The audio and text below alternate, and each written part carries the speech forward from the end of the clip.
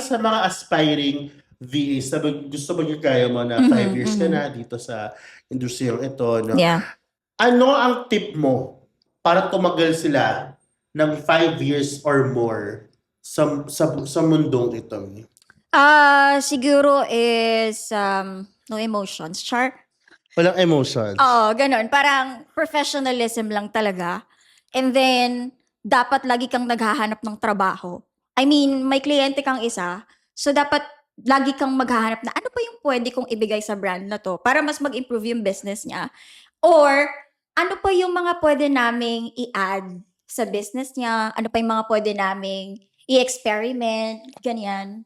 Para mas lumago pa siya. Para maging proactive ka ba? Yes. Na Oo, parang lagi kang may dagdag or may ambag sa business niya. correct. At saka may kusa ka, hindi ka na yung uutusan, ganun. Oo.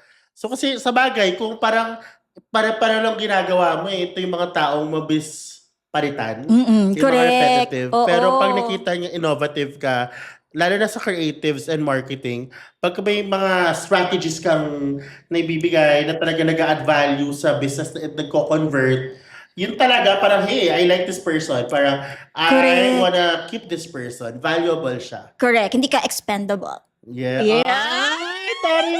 Dahil sa mo nakuha yung mga ganyan.